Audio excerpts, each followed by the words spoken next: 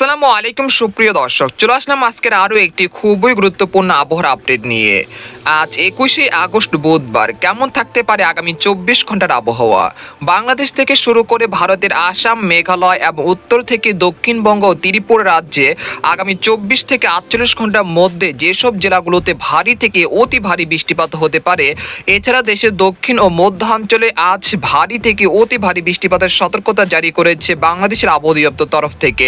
এছাড়া দক্ষিণবঙ্গে আগামীকাল থেকে ভারী বৃষ্টিপাতের পূর্বাভাস দিয়েছে আলিপুর আবহাওয়া দপ্তর তরফ থেকে। এছাড়া দেশের দক্ষিণ ও উপকূলীয় অঞ্চলগুলোতে বন্যা পরিস্থিতির সৃষ্টি হতে পারে এবং পাহাড় ধস বা ভয়াবহ বন্যার আশঙ্কা করা যাচ্ছে আগামী 24 থেকে 48 ঘন্টার মধ্যে। এছাড়া দেশের সকল সমুদ্র বন্দরগুলোকে 3 নম্বরে স্থানীয় সতর্ক সংকেত অব্যাহত রাখা হয়েছে। এছাড়া এই মুহূর্তে কোন কোন জেলাগুলোতে বৃষ্টিপাতের সম্ভাবনা রয়েছে সে বিষয়ে বিস্তারিত জানতে হলে ভিডিওটি প্রথম থেকে শেষ পর্যন্ত দেখতে থাকুন।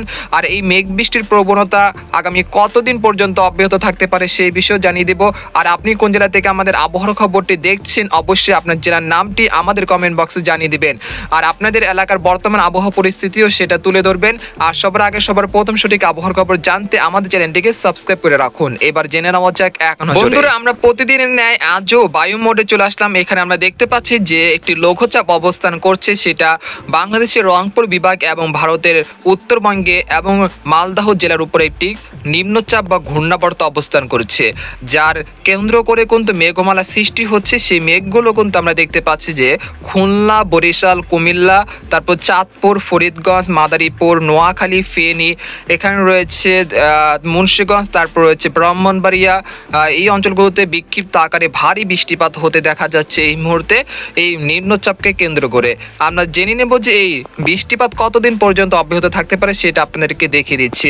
আমরা দেখতে পাচ্ছি যে ঘূর্ণাবর্তটি আজ সারাদিন রংপুর বিভাগের উপর অবস্থান করতে পারে, যার কেন্দ্র করে ঢাকা, খুলনা, বরিশাল, চট্টগ্রাম এবং ভারতের ত্রিপুরা রাজ্যের আমারপুর, উদয়পুর, তারপর রয়েছে আমবাসা, লাখি, মৌলভীবাজার, তারপর রয়েছে সিলেট, জয়ন্তাপুর, কানাইঘাট, তারপর রয়েছে ইটনা, তারপর রয়েছে হাবিবগঞ্জ, কটিয়াদি, কিশোরগঞ্জ, নাসিরনগর, ব্রাহ্মণবাড়িয়া, নরসিংদী, হোমনা, মুন্সিগঞ্জ, তারপর শিবচর, মাদারীপুর, তারপর হচ্ছে গোপীনাথপুর, টাঙ্গাইল, খুলনা, যশোর, বাগেরহাট, তারপর জয়নগর, কাউখালী, মিরহাজিগঞ্জ, ব্রাহ্মণবাড়িয়া, তারপর হচ্ছে চরফেশন, হাতিয়া, নোয়াখালী, ফেনী, চাঁদপুর, রায়পুর, লাকসাম, কুমিল্লা। এই অঞ্চলগুলোতে বিক্ষিপ্ত আকারে ভারী থেকে অতি ভারী বৃষ্টিপাত হতে পারে আগামী 6 থেকে 48 ঘন্টার মধ্যে। তাই এই জেলাগুলো যারা বসবাসরত রয়েছেন আপনারা পূর্ব প্রস্তুতি নিয়ে রাখুন। এখন কথা হলে বৃষ্টিপাত কবে নাগাদ বিদায় নিতে পারে? আমাদের ধারণা অনুযায়ী বৃষ্টিপাত আগামী 24 তারিখ থেকে কিছুটা কমে আসতে পারে দেশের মধ্য অঞ্চল এবং উত্তর অঞ্চলে যে জেলাগুলো রয়েছে সেখান থেকে বৃষ্টিপাতের প্রবণতা ধীরে ধীরে হ্রাস পেতে পারে। এরপর আমরা দেখতে পাচ্ছি যে খুলনা, বরিশাল এবং চট্টগ্রাম বিভাগে আবারও 24 তারিখ রাত থেকে বৃষ্টিপাতের প্রবণতা ধীরে ধীরে বৃদ্ধি পেতে পারে, অর্থাৎ একদিকে কমবে আরেক দিকে বাড়বে। উত্তর এবং মধ্য অঞ্চলে বৃষ্টিপাতের প্রবণতা কমবে, আবার দক্ষিণ অঞ্চলে বৃষ্টিপাতের প্রবণতা বৃদ্ধি পেতে পারে। তো এরকম করতে করতে আগামী 27 তারিখ পর্যন্ত চলে যাবে। এরপর 27 তারিখ থেকে আবহাওয়ায় পরিবর্তন আসতে পারে। সে সময় একটি ভ্যাপসা গরম বা আর্দ্রতাজনিত অস্বস্তি বৃদ্ধি পেতে পারে এবং বৃষ্টিপাতের প্রবণতা কমে আসতে পারে একেবারেই। তো আমরা যেটা জানতে পারলাম যে এই বৃষ্টিপাতের প্রবণতা আগামী শুক্রবার পর্যন্ত অব্যাহত থাকতে পারে। এরপর শনিবার থেকে ধীরে ধীরে হ্রাস পেতে পারে।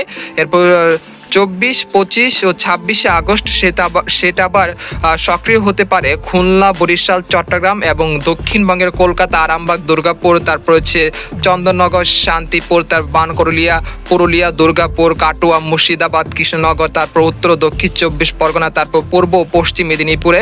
এই জেলাগুলোতে বৃষ্টিপাত আবার সক্রিয় হতে পারে শনিবার 24শে আগস্ট, 25, 26, 27 এ টানা 4 দিন বৃষ্টিপাতের প্রবণতা বৃদ্ধি পেতে পারে দেশের দক্ষিণাঞ্চল এবং দক্ষিণবঙ্গের যে উপকূলে যে জেলাগুলো রয়েছে সেখানে। এই পর্যায়ে আমরা সরাসরি উপগ্রহ চিত্রে চলে আসলাম। এখানে আমরা দেখতে পাচ্ছি যে বাংলাদেশের আবহাওয়া পরিস্থিতি কিন্তু খুবই খারাপের দিকে রয়েছে। আমরা দেখতে পাচ্ছি যে বিশেষ করে বরিশাল, কাউখালী, জয়নগর, মাঠবাড়িয়া, খেপুপাড়া, তারপর রয়েছে মিরহাজিগঞ্জ, পাথরঘাটা, এখানে রয়েছে চরফেশন, লালমোহন, বুরহুদ্দিন, তারপর রয়েছে ভোলা, রায়পুর, চাঁদপুর, লাকসাম, মতিরহাট, নোয়াখালী, তারপর রয়েছে এখানে আমরা দিতে ফরিদগঞ্জ, তারপর রয়েছে হাজীগঞ্জ, তারপর হচ্ছে বারুয়া, তারপর লাকসাম, তারপর কুমিল্লা, ব্রাহ্মণবাড়িয়া, ফেনী, নোয়াখালী, তার মানিকছড়ি, খাগড়াছড়ি, রাঙ্গামাটি, রাজস্থলী এই অঞ্চলগুলোতে বিক্ষিপ্ত আকারে ভারী থেকে অতি ভারী বৃষ্টিপাতের পূর্বাভাস রয়েছে আগামী 6 থেকে 48 ঘন্টার মধ্যে। এছাড়া খুলনা বিভাগের সাতক্ষীরা, তারপর হচ্ছে মংলা, বাগেরহাট, মংলা, তারপর রয়েছে নড়াইল, এখানে রয়েছে গোপীনাথপুর, মোকসাদপুর, শিবচর, মাদারীপুর, মুন্সিগঞ্জ, নারায়ণগঞ্জ, নরসিংদী, কাপাসিয়া এই অঞ্চলগুলোতে বিক্ষিপ্ত আকারে ভারী বৃষ্টিপাতের পূর্বাভাস রয়েছে আজ দুপুর থেকে রাতের মধ্যে। ভারী বৃষ্টিপাতের কারণে কিন্তু কোথাও কোথাও ভূমিধসের মতো ঘটনা ঘটেছে এবং বন্যা পরিস্থিতি সৃষ্টি হয়েছে আকস্মিকভাবে, বিশেষ করে ফেনী, তারপর রয়েছে চাঁদপুর এবং রয়েছে ব্রাহ্মণবাড়িয়া এই অঞ্চলগুলোতে অনেক জেলায় কিন্তু বন্যা পরিস্থিতি সৃষ্টি হয়েছে। যাদের এলাকায় বন্যা পরিস্থিতি সৃষ্টি হয়েছে এই মুহূর্তে আপনারা আপনাদের এলাকার যে ছবি বা ভিডিও সেগুলো আমাদের কমেন্ট বক্সে জানিয়ে দিবেন এবং আপনাদের এলাকার মতামতগুলো আমাদের কমেন্ট বক্সে জানিয়ে দিবেন।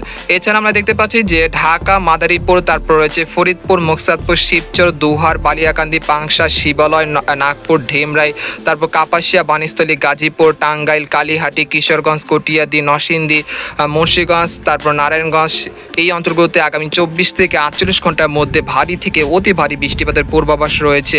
বিশেষ করে মাদারীপুর, তারপর রয়েছে গোপীনাথপুর, মোকসাদপুর, শিবচর, মুন্সিগঞ্জ, নারায়ণগঞ্জ এই অঞ্চলগুলোতে ভারী থেকে অতি ভারী বৃষ্টিপাতের সম্ভাবনা রয়েছে, যেটা বাংলাদেশের আবহাওয়া দপ্তরের পূর্বাভাসে বলা হয়েছে।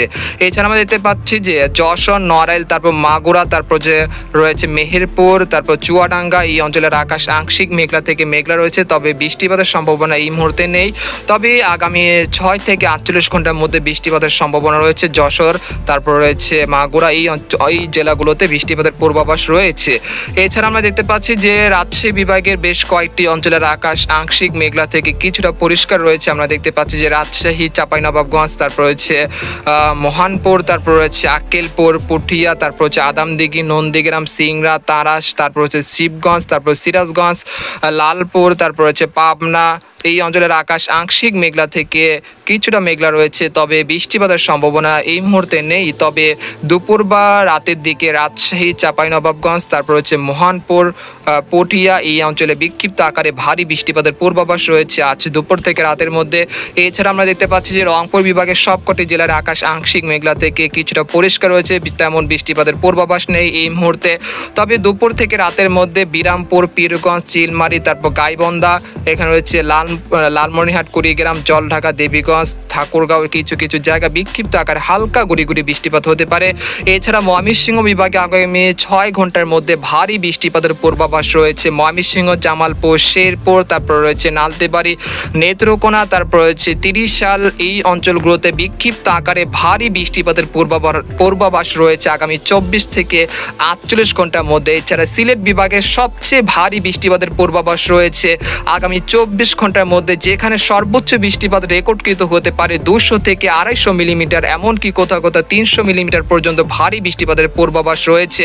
যেমন হচ্ছে মৌলভীবাজার, কোলাউড়া, কামালগঞ্জ, হাবিবগঞ্জ, নাসিরনগর, তারপর রয়েছে বালাগঞ্জ, বারলেখা, চাকুরিয়া, সিলেট, জয়ন্তাপুর, কানাইঘাট, জগন্নাথপুর, তারপর রয়েছে সুনামগঞ্জ এই অঞ্চলগুলোতে বিক্ষিপ্ত আকারে ভারী থেকে অতি ভারী বৃষ্টিপাতের পূর্বাভাস রয়েছে। যারা এই মুহূর্তে সিলেট বিভাগে বসবাসরত রয়েছেন আপনারা পূর্ব প্রস্তুতি নিয়ে রাখুন, কারণ হলো আকস্মিক বন্যা সৃষ্টি হতে পারে সিলেট বিভাগে আগামী 24 থেকে 48 ঘন্টার মধ্যে।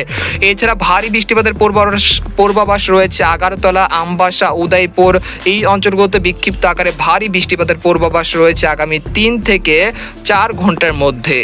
এছাড়া ভারতের আসাম, মেঘালয় এই অঞ্চলগুলোতে বিক্ষিপ্ত আকারে ভারী বৃষ্টিপাতের পূর্বাভাস রয়েছে আজ দুপুর থেকে রাতের মধ্যে। এছাড়া আলিপুরদুয়ার, কোচবিহার, জলপাইগুড়ি, শিলিগুড়ি, তারপর রয়েছে উত্তর দক্ষিণ 24 পরগনা, তারপর রয়েছে মালদহ জেলার কিছু কিছু জায়গার আকাশ আংশিক মেঘলা থেকে পরিষ্কার থাকলেও দুপুর থেকে রাতের মধ্যে মেঘের আনাগোনা বৃদ্ধি পেতে পারে। তবে 2-1 স্থানে খুব সামান্য বৃষ্টিপাতের সম্ভাবনা রয়েছে, তবে ভারী বৃষ্টিপাতের পূর্বাভাস নেই উত্তরবঙ্গের জন্য।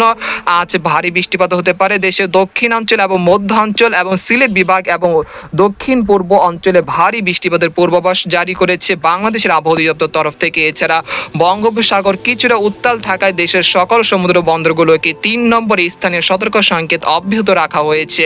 তবে এই পরিস্থিতি আগামী 27 তারিখ পর্যন্ত অব্যাহত থাকতে পারে, এরপর আবহাওয়া স্বাভাবিক হয়ে আসতে পারে ইনশাল্লাহ। পর্যায়ে আপনাদেরকে জানিয়ে দিব যে আগামী 24 থেকে 48 ঘন্টার মধ্যে সবচেয়ে বেশি বৃষ্টিপাতের সম্ভাবনা কোন কোন জেলাগুলোতে রয়েছে। সেই জেলাগুলো আপনাদেরকে দেখিয়ে দিচ্ছি।